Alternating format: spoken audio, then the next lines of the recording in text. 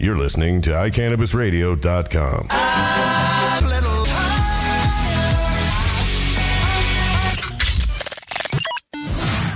Hello and welcome to All About Cannabis. Sorry, we're a little late. It's been very sunny here and we had trouble getting here on time. Just kidding. Anyway, I am here with my special guests, Jay and Di from Canna Advisors. How you doing? We're doing great, thanks. Jen, great to be here today. Thank you so much for driving down from Boulder. I really appreciate it. We are going to talk today about Jay and Di's journey and how it started and where it's been and kind of where it's going, like we usually do on the show. I did want to mention one thing on the news. And actually, did you guys see this? That Obama asked to change the scheduling? Was it Obama?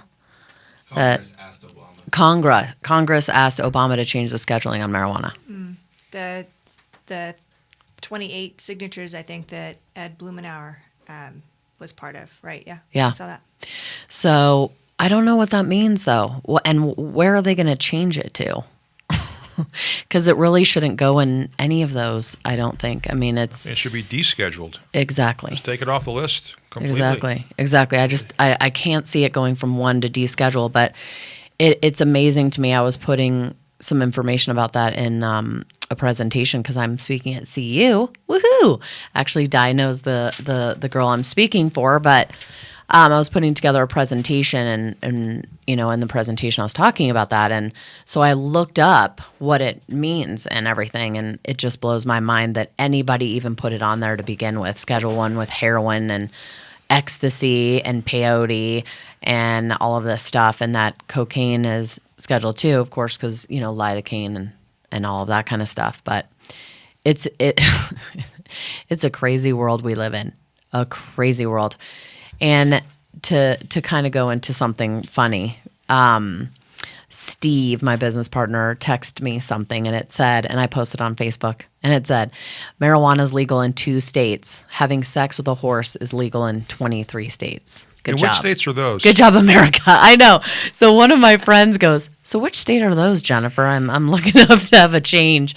And then one of my other friends said, well, they have a lot of sheep in New Zealand, don't they, Jeremy? And Jeremy was like, yeah, but I'm looking for something new. But I mean, it's crazy. Like, first of all, how does anyone know that? And second of all, how does that come about? I don't know. It's probably a good question for the folks that told you that statistic. Which would be my business partner, Steve. Hi, Steve.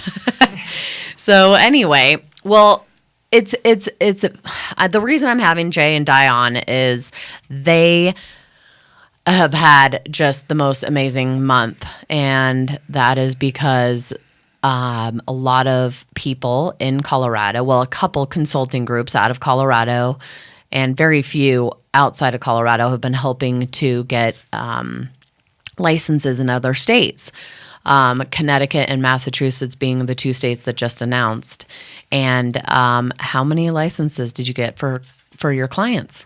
Well, we got a total of 5 right now between Connecticut and Massachusetts. Which is unbelievable. Unbelievable. And to tell people out there how unbelievable it is, they only gave out 4 total licenses in Connecticut and 20, right, so far in Mass, and they have 15 to go? Yeah, Mass is kind of a moving target. There were 20 initially. There's 8 alternates. There's 3 or 4 folks that might get one once they kick certain people off their boards that have criminal backgrounds. The situation in Massachusetts is fluid. If I had to take a guess, I'd say there might end up being anywhere between 25 and 30 licenses in the next 3 to 4 months. But they were going for a total of 35. 35 is the maximum allowed by law. I think they're going to probably want to hold some back. Okay. See how things go. And, you never know. They may need to issue a few licenses to certain people for political reasons that are making a lot of noise right now. Okay. But incredible that you guys did that. And I mean, really, I know that when you called me and told me, I was flipping out. I mean, that's amazing. And you have to, I mean, for us to take a 30,000 view, it's so hard to do, but it's like, wow, we're really, we've crossed over into settling. And now you're helping other people make that happen in other states. It's incredible because the point is they couldn't do it without you. I mean, it's a lot of fun, and in the new states, the state governments realize that expertise exists outside of their own state.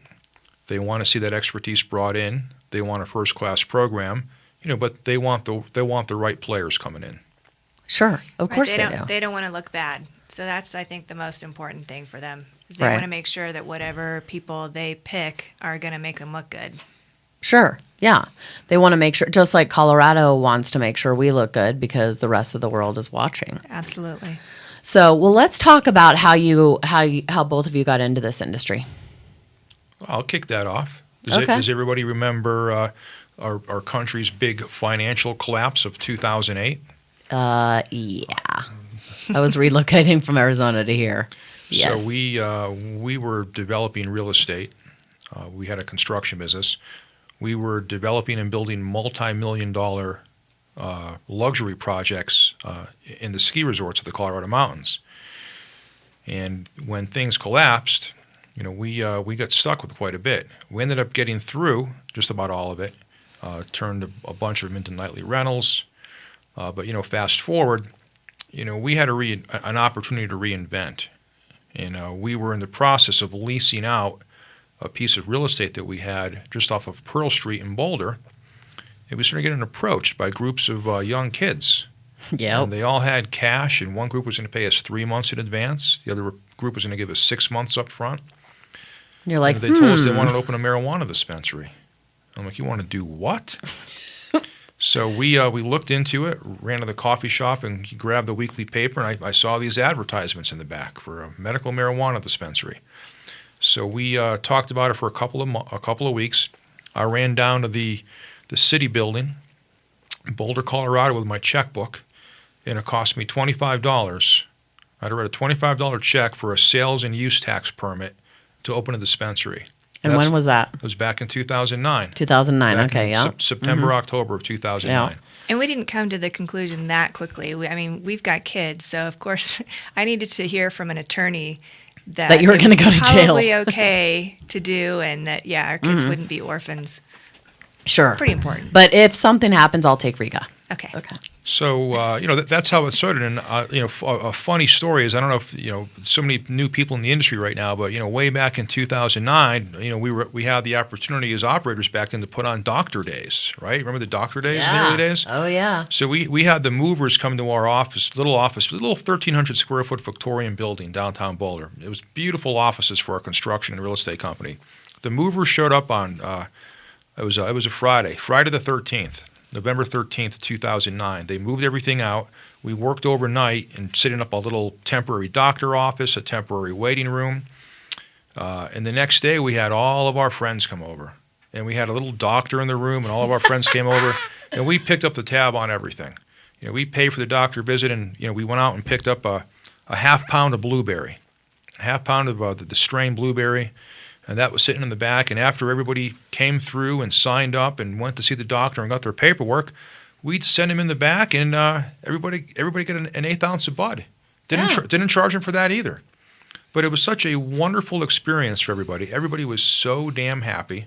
And that was day one of our dispensary, Boulder Kind Care. Wow, yeah, Boulder Kind Care. That's kind of weird. And then we had to close down. And then we had to rebuild the place for 2 months. But we officially opened on January 6th. In the meantime, we were looking for a warehouse. Didn't know anything about growing, but we knew that we probably should have our own grow. Leased some space. Thank God you realize that. By the time the shotgun marriages were happening, we were in production. So we were able to have a vertically integrated business before it was mandated. Which was July 1st, right? It was July 1st, 2010. 2010, which Can Labs came on the scene in April. Right. Then I don't remember how, I think you called me or something. I don't remember how I originally got to Boulder Kind Care. But I remember speaking to you wanted me to come in and educate your employees so they knew and everything. But do you remember? Well, we had been using Can Labs before that, but you had Sunny. sales reps Sunny. that would come around to get the samples. But when we really wanted to make it a part of our harvesting process, That's when I had you come in and talk to the whole grow crew and explain to everyone why it was really important. And that's when we really got into doing it like systematically every couple of weeks whenever we do a harvest. Yep. Yeah, I remember. And Boulder Kind Care, that's a name to be reckoned with still to this day. You said you kept the website, right? No, we don't have the website anymore. We have some of the branding. We have some of the fun T-shirts that we had back then. I mean, the legend certainly continues, but that's history now. Is the truth of that? It's history, and there's just a great new world ahead, and we're excited about that new world. But our experience from 2009 through 2012, that certainly set the stage for what we're doing now. Right, which is consulting.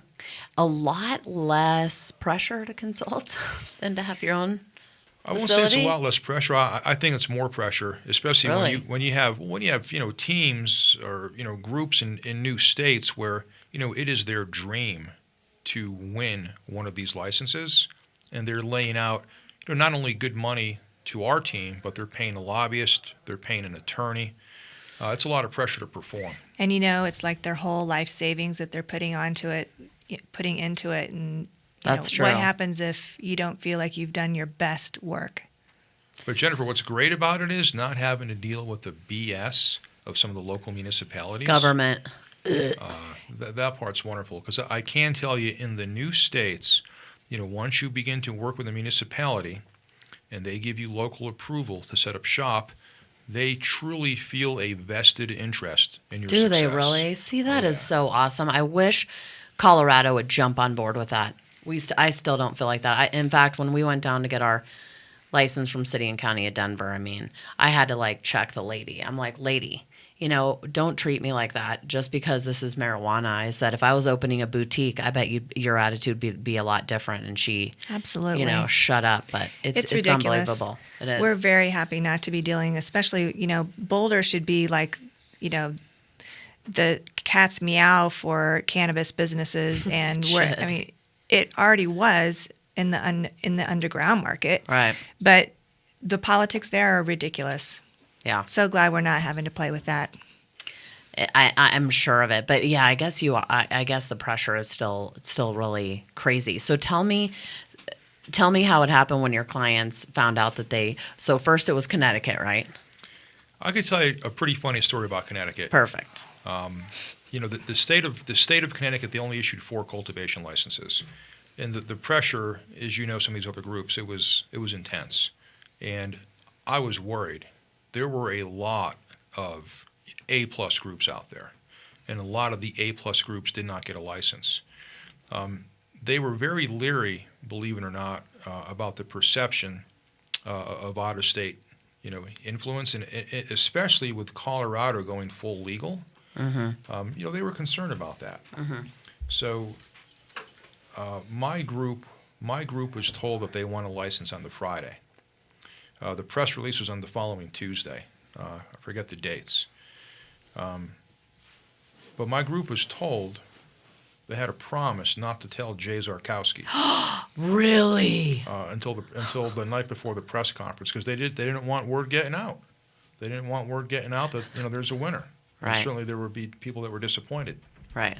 But my business partners in Connecticut called me at 5:05 Eastern time on a Monday and gave me the word, and it was of course very exciting. I know, I can't even imagine, because then I got a call from you, I think, and I was jumping up and down. I am grateful that I know 3 out of the 4 licenses actually, because Dr. Shackelford's group got 1. I believe. I think he's part of a group, don't know his involvement. Okay, right. And then another guy I know, Jason Cransford, which actually was the first CBD strain I tested in 2010. Mm-hmm. He was part of Eileen's group. Mm-hmm. But I don't know who the 4th group is. I have no idea. Are they local to Connecticut? I don't think so. Really? I think they're. I'm sure there's a big Connecticut influence. All of the winning groups have strong local presence. Right. Strong local presence. Sure. And local connections. Mm-hmm. Right. Oh my God. So what did they say when they called you? I bet you were. I can't. I usually don't cuss. No, they were. Sure, you were like, I don't know. They were very excited. It was very exciting. You know, the Zarkowski family went out. We had all of our kids over for dinner, went out and bought some nice champagne, some nice wine. And we Celebrated. were very happy. We felt very happy and fulfilled with the win. But, you know, then it even intensified further because 3 days later, Massachusetts announced. And I had a leading team there, my favorite team, the guys with Coastal Compassion. You know, clearly the most qualified team in all of Massachusetts because they're currently operating as caregivers in Rhode Island. Oh. And, you know, you hear the word caregiver, you're thinking maybe it's a smaller operation. These folks run the cleanest, most professional grow that I've ever been in. You know, mine aside, Really? of course. Cleaner than anything that I see out here anymore. Really? Just the entry protocols and how they exclude the introduction of contaminants. So I knew that the word was coming out. I didn't see it myself, but I got a text from one of the guys at Coastal Compassion. It was just one word that said fail.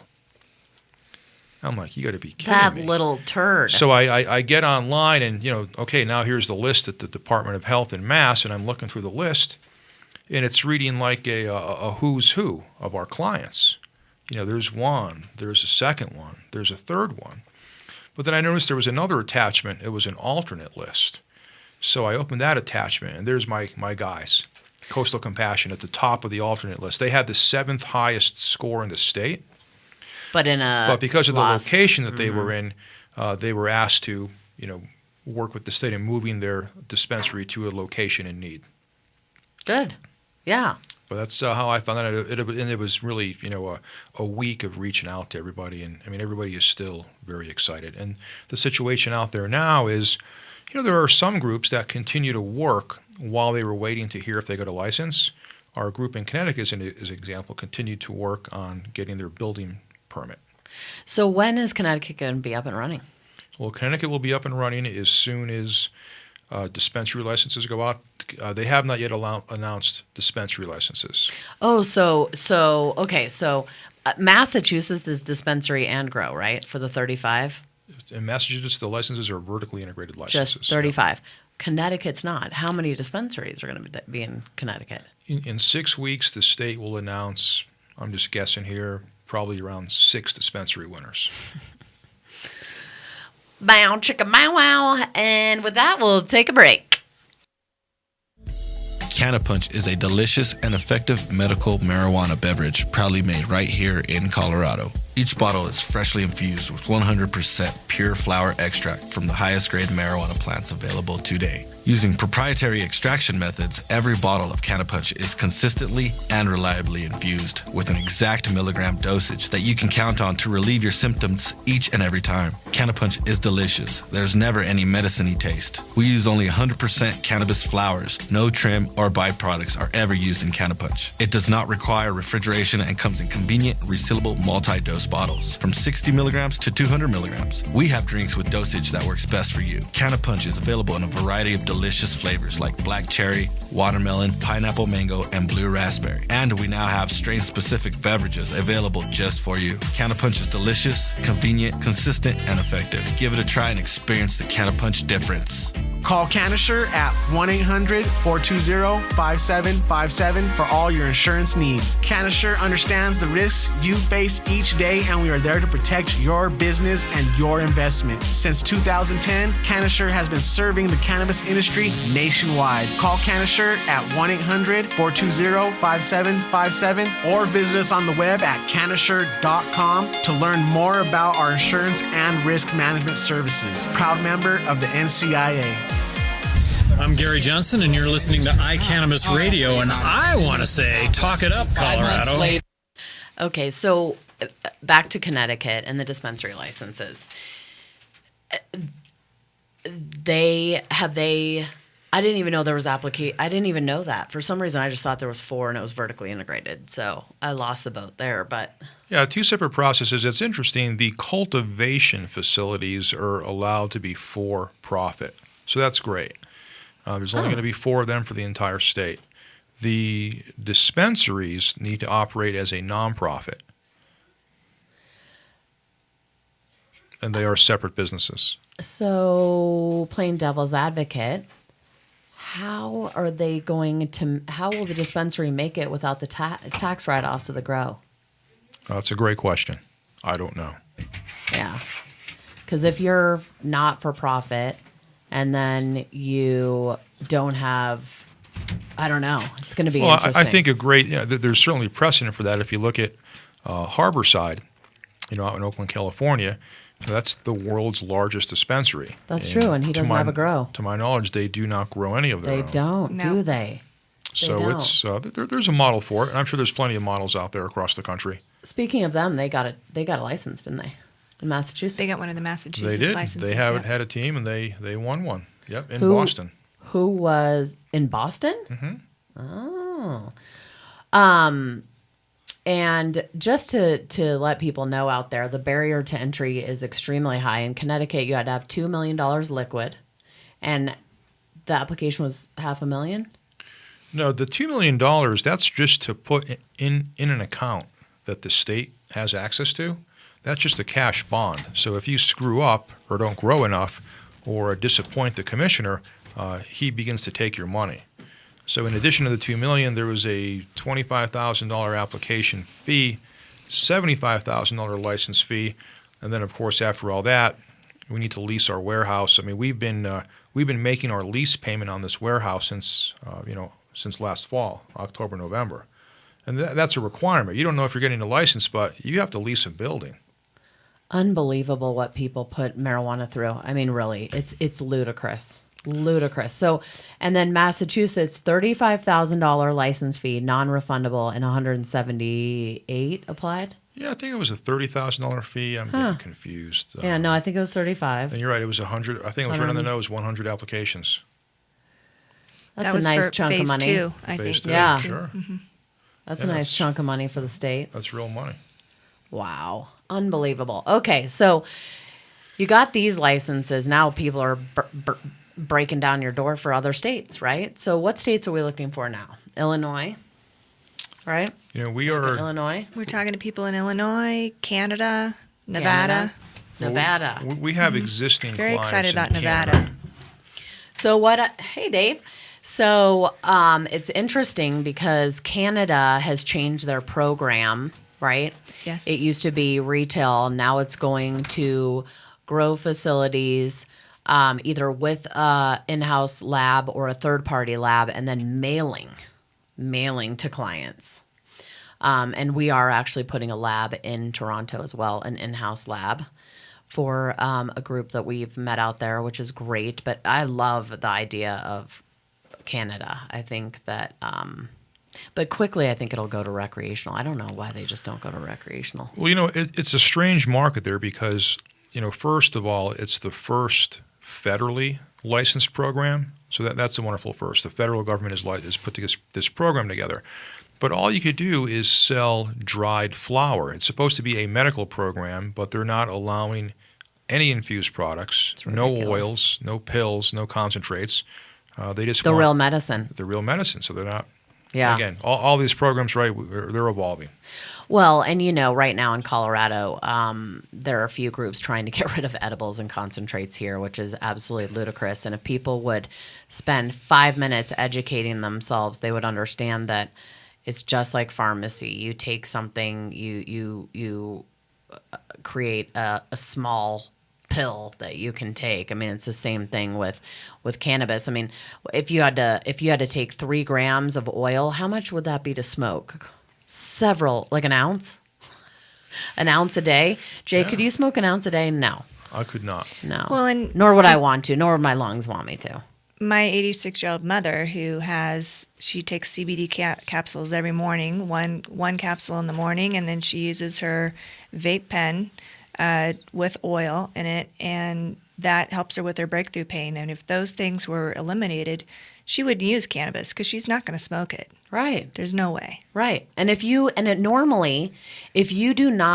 haven't smoked cigarettes, usually, or smoked pot like back in the day, you don't want to smoke it. The reason I like to smoke is I used to smoke cigarettes. So my lungs are broken in. But people that don't smoke don't want to start smoking. And I know a lot of people want to try this medicinally, and just if they don't have that option of an edible or a capsule, that's ridiculous. I think that's how it is. I think Arizona right now is fighting that whole, there's some random verbiage in about concentrates there too. So people, when you're in your state, you need to lobby and understand what you're lobbying for, and really medicinally, you have to fight for concentrates and edibles. Just any form of cannabis, even the topicals, that would be eliminated from the realm That's of true. Of patient access as well. And back to my mom again, she uses the topical, the salves and the lotions right on her back where she has the pain, and it works remarkably well. And to just eliminate that from the access that patients have. I mean, if you're going to have a program, have it include all facets of the herb. Right. Why not? And not just CBD now. So you're hearing that, right? Yeah. So they're getting emergency rules with CBD now, and it's like, no, it's whole plant medicine. And I truly believe, and of course we'll need science to back this up, but you need that few milligrams of THC to lock and key and work with the other cannabinoids. Well, I'm sure it's a number of other compounds that are in there too. Probably some of the terpenoids. I'm sure a great combination, and we'd know more if our government was supportive in allowing us to study it. Yeah, exactly. But instead, they send it other places. How quickly has the word about CBD come around? What's the likelihood of the next compound and its efficacy in a certain area coming out in the next year or two? And then where are you? You have to go through the whole legislative process to amend it. That's exactly right. And that's what I'm afraid of. And that's what I've been trying to talk to people and explain on Facebook. It's about the whole plant. Eventually you will have hopefully who people who grow and cultivate, they will have specific genetics in that plant to create an oil that has all the things great for whatever that ailment is. Absolutely. Right? I mean, hopefully that's what it's going to end up being, hopefully. So is there anything that you guys miss about owning, actually, retail? Definitely. Really? I miss the patients. Do you? We used to have, our patients loved us.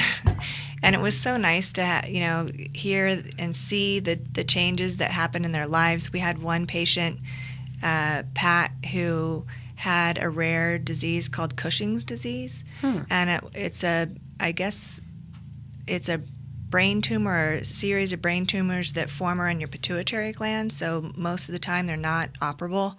And before she found cannabis, she was looking at going into a convalescent home because she was no longer able to care for herself and was on all kinds of medications, probably 15 or so. And her doctor just happened to say, as kind of a side note, hey, you might want to try smoking some pot because it might at least make you feel better.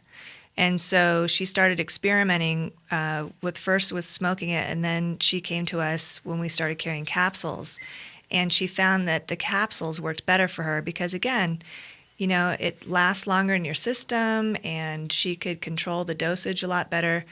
And within, several months, she was weaned off of most of those medications. She was out hiking every morning, and she was able to get her therapy practice back in order, living fully functioning on her own. Yeah, I remember her. She saved her life. That. Turned it around. Beautiful woman too. And to some people too, because of how their family was criticizing them, we were like their only family. We're the only people that they could come to and really express what was going on with them and how much it was helping them. So I miss that part. Yeah. And let me tell you what I miss. I miss walking in on a regular basis to my big grow operation. And talking to the ladies. Just big, beautiful, budding plants. So it's been a lot of fun being a consultant. But Di and I not only helped as a consultant to win these applications in Connecticut and Massachusetts, but we were also on those licenses as owners. So we're getting a building permit on one of the facilities next week. General contractors lined up. We'll start construction immediately. Wow. So I'm greatly looking forward to having my own big, beautiful grow operation once again. So you can talk to the ladies. I don't talk to them. I just look at them. I touch them sometimes. Only when people aren't looking. Yeah. We'll take a break and we'll be right back. Ideal 420 soil is preloaded to perfection with all your nutrient, microbial, and biostimulant needs. It's compatible with all strains and is good for a 22-week grow cycle from seed to harvest. This product is 100% organic and gives your marijuana that awesome aroma and smooth taste we all desire. Ideal 420 Technologies is well-grounded in soil chemistry, soil physics, and microbial biology, making them the most advanced soil company in the marijuana industry. They do the science so growers can focus on what truly matters, the plants themselves. No more mixing and feeding of expensive nutrient lines, supplements, and foliar sprays. Not to mention, the company is prideful in being the most consistent soil product that has yet to hit the market. Due to the results when using Ideal 420 soil, they are quickly changing the standard for cannabis cultivation. To order the product, go to ideal420soil.com. Use promo code INTHELAB for an additional 20% off. Extraction Tech Solutions. Not only is it safe, but it offers one of the only ETL certified essential oil extraction systems on the market. Our equipment meets or exceeds all of the North American safety standards. Customer relationships are important to us, so after the sale, it doesn't stop for us. We are reliable and therefore when our customer needs us. We offer pre- and post-sales training, method development, services, and repairs. Extraction Tech, safe and reliable because it matters. Contact us at www.extractiontech.com. or 720-515-9254. National Cannabis Industry Association would like to thank its members who represent the leading professional businesses in America's emerging legal cannabis market. NCIA is the only organization that has unified legitimate cannabis business across the nation to fight for real reform in Washington, D.C. For more information or to make your business a member, visit us online at thecannabisindustry.org. All right, and we're back. So let's talk about what you have going on, too. What's cooking? What's cooking? I mean, all kinds of things cooking. And as you said earlier, the wins that we had in Connecticut and Massachusetts, there are a lot of folks in the emerging markets now that are contacting us, wanting to potentially line us up to help with applications. Mm-hmm. And again, because of the wins, well, it's great winning a license, but now we have to go out. We have to make sure that all of these facilities are built and are made operational. I mean, right. Those are multi-year projects in and of themselves. As for Canna Advisors, our consulting company, we have some interesting things going on, and we had the opportunity to meet some folks a few months ago who their careers have been in raising capital, mm-hmm. and they were very interested in getting into the cannabis sector, and we got to know each other for a few months and decided to enter into an arrangement to really build some great things. One of the things that we're working on, and we're out looking for property right now, this could be in Boulder, it might be Boulder County, it could be Louisville, somewhere up north. We're looking for the right area to build a research and development facility. You know, have more of a grow operation, but certain strains, develop certain strains, but where all of the plant material is going into R&D. Different types of oil extractions. We've been working with a company out east on an efficient method of separating out the cannabinoids and making new specific medications from the individual components, and it also serves as our new corporate headquarters. Along with what I just mentioned, we've also raised some capital. We haven't really talked about this yet, so I'm hoping this might be an opportunity to get it out to some folks on the radio today. Woohoo! We have $5 million. Here first. We have $5 million in capital that we'd like to deploy in Colorado. We'd like to deploy it in conjunction with an existing, and here are the key words, an established business in Colorado, a company that's profitable, an existing, established, profitable company here in Colorado that's looking to expand.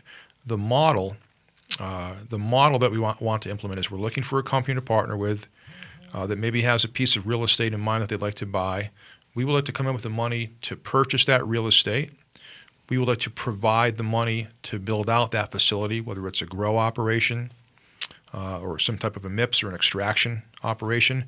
And then we would like to sell the entire building, turnkey plant-ready facility we'd like to sell that back to the licensed MMJ, but we'll provide 100% financing. Wow. At a better than current market competitive rate. That's incredible. That is absolutely incredible. So an established business, and it can be a grow, I mean, preferably, or... I think ideally. Yeah. Yeah, And it's really exciting you don't need to put because- $5 million into a dispensary. That'd be a hell of a dispensary. Jesus. Well, unfortunately, that's what people do, and then they realize, greenhouses. Oh, my pretty dispensary has no flowers. We'd love to find the right greenhouse deal where we could partner with somebody, purchase some property, build some state-of-the-art light deprivation greenhouses, and then sell the entire facility back to the licensed MMJ. Now, do you want that person in Boulder, or that can be anywhere? That could be anywhere in Colorado. Okay. How do you feel about outdoor grows? Well, as long as it passes muster with all state and local regulation, I think that could be fine. Okay. I guess then we're just buying land and a plow. And a scarecrow or two. Yeah. A bunch of scarecrows. Yeah, absolutely. Well, that is very exciting. It's really exciting, Jennifer, because it's really the only way, as of now, the only way for businesses to get access to money to do that kind of thing. They have to give up part of their equity. No, And the majority of equity. we know how much that hurts, right? And the questions about how that person's going to be as a partner, you're going to have to deal with them for the rest of your life, maybe. Yeah, I'm really glad you brought that up, Di, because this model, we are not looking for any equity. And that's huge because everybody is. If they put in a decent amount, they want more than 50%. Can you imagine if you went to go buy your house and you had to, be in some type of a partnership with like Chase Ew. Bank or Yeah. U.S. Bank or And the something like banker that? could Right. come over The and banker- stay at your house. Good analogy. Hey, Ew. just stopping by. I'm with Chase Bank. Yeah, no. Absolutely not. Good analogy, Di. Okay, so looking for somebody that has an established, it doesn't have to be big, just has to be profitable, but they want to expand. Yeah, we're looking, and we've been talking to some of the folks in Colorado, and if you're listening, you know who you are. But yeah, there's no reason at this point to work with the startup on this. We want to protect our investment, of course. So we want to work with a proven operator that just really wants to expand. Plus, we have a special place in our heart for the people that have been in there for the long haul and have suffered like the rest of us, have lots of pretty scars to show for it. Yeah. Isn't that the truth? Well, what about a lab, Jay? Do I qualify? How much you need? We'll talk about that off the air.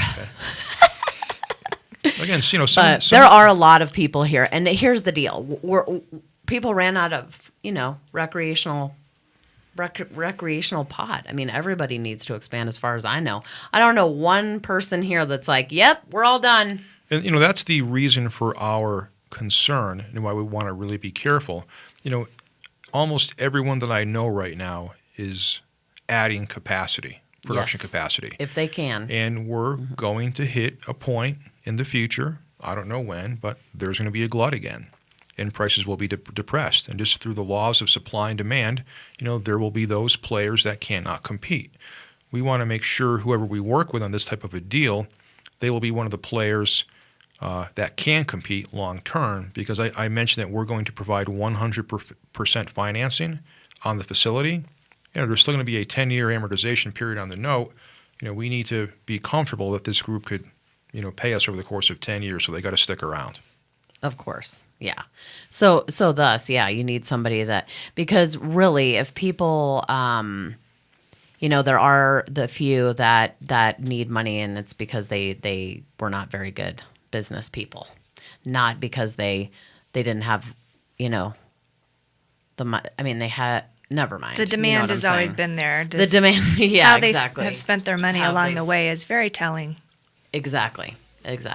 So, and I'm sure, most everyone, the smart ones, have been putting their money back in to the grow. But I know a lot of people that decided to pay themselves, unbelievable salaries handsomely, and now don't have any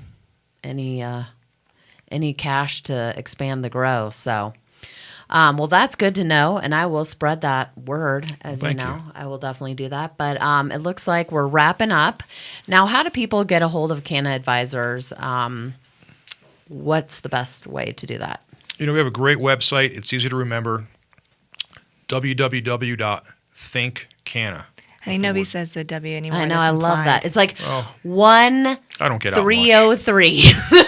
I love it. Yeah, keep it simple for the idiots. Thinkcanna.com. You think that's about nice. it. Like Canna. Think Canna. 2 N's, of course. 2 N's, of course, and an A at the end. Yeah, Canna. we're easy to track down. I know. And like always, if you need to get a hold of Jay and Di, you can always email me, Genifer at canlabs.com. Well, thank you so much. Thanks Thank for you, having us. Jennifer. Definitely And Chris. have you on in It's the a lot of future. fun. See how things progress, and we'll have you on again. All right. Sounds good. great. All right. Take Bye. care. Bye.